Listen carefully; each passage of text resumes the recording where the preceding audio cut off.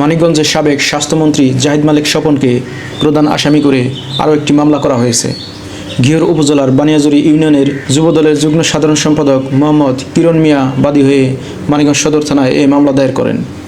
ছাত্র জনতার গণঅভ্যুত্থানের পর মানিকগঞ্জ সদর থানায় এটা চতুর্থ মামলা। শুক্রবার 10 জানুয়ারি মানিকগঞ্জ সদর থানার ভারপ্রাপ্ত কর্মকর্তা এস.এম. আমানুল্লাহ বিষয়টি নিশ্চিত করেছেন। এতে জেলা আওয়ামী লীগের সভাপতি অ্যাডভোকেট গোলাম মহিউদ্দিন ও সাধারণ সম্পাদক অ্যাডভোকেট আব্দুস সালাম সহ 68 জনের নাম মামলায় উল্লেখ আছে। মামলার এজাহার সূত্রে জানা যায়, গত 4 আগস্ট মানিকগঞ্জ বাসস্ট্যান্ড এলাকায় আন্দোলনরত শিক্ষার্থীদের উপর হামলা চালায় আসামিরা। এক দফার আন্দোলনকে দমন করতে তারা বিভিন্ন আগ্নেয়াস্ত্র দিয়ে বিস্ফোরণ ঘটিয়ে বৈষম্য বিরোধী ছাত্র জনতার উপর একযোগে হামলা চালায়।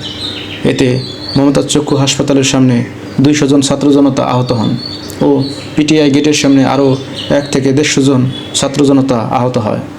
মামলায় উল্লেখযোগ্য আসামিরা হলেন জেলা আওয়ামী লীগের যুগ্ম সাধারণ সম্পাদক সুলতানুল আজম খান আপেল, জেলা ছাত্রলীগের সাবেক সভাপতি সিফায়েত কুরাইশি সুমন, জেলা স্বেচ্ছাসেবক লীগের সভাপতি আবু বকর সিদ্দিক খান তুষার, জেলা যুবলীগের আহ্বায়ক আব্দুর রাজ্জাক রাজা, জেলা যুবলীগের যুগ্ম আহ্বায়ক মাহবুবুর রহমান জনি, জেলা ছাত্রলীগের সাংগঠনিক সম্পাদক সামিউর রহমান কম্পন, পৌর ছাত্রলীগের সভাপতি অভিজিৎ সরকার, দেবেন্দ্র কলেজ ছাত্রলীগের যুগ্ম সাধারণ সম্পাদক মনিরুল ইসলাম মিম, সদর উপজেলার সাবেক চেয়ারম্যান ইসরাফিল হোসেন, গড়পাড়া ইউনিয়ন পরিষদের সাবেক চেয়ারম্যান আফসার উদ্দিন সরকার, ঘিওর সদর ইউনিয়নের চেয়ারম্যান জাহিদুল ইসলাম টুটুল, জেলা মহিলা লীগ নেত্রী মায়া খান সহ সহযোগী সংগঠনের নেতাকর্মীরা।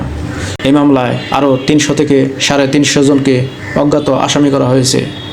মামলায় অভিযুক্তদের গ্রেপ্তারের চেষ্টা চলছে বলে জানান সদর থানার ভারপ্রাপ্ত কর্মকর্তা এস.এম. আমানুল্লাহ।